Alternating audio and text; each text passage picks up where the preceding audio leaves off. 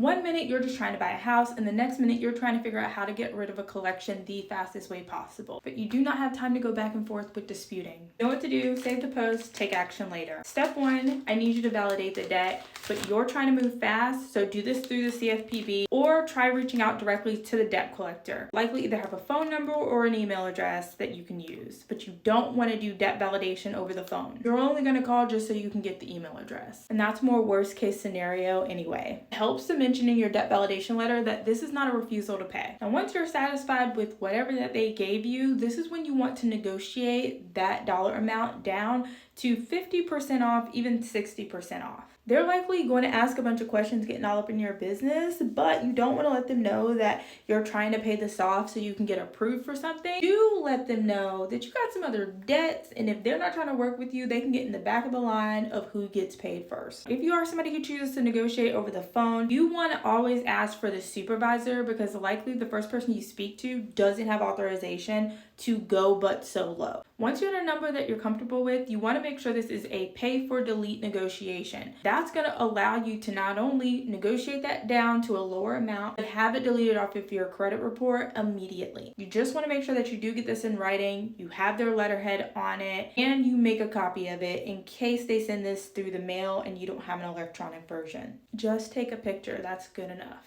I'll also insert some things you want to make sure you put in that pay for delete here, so just save this post. Once you settle that debt with them, you want to make sure that they follow through with deleting that off of your credit report, but if they don't, remember you have everything in writing. You can go ahead and submit a dispute directly to the credit bureaus through the CFPB or by mail, but honestly I would do it through the CFPB so it gets there a lot faster.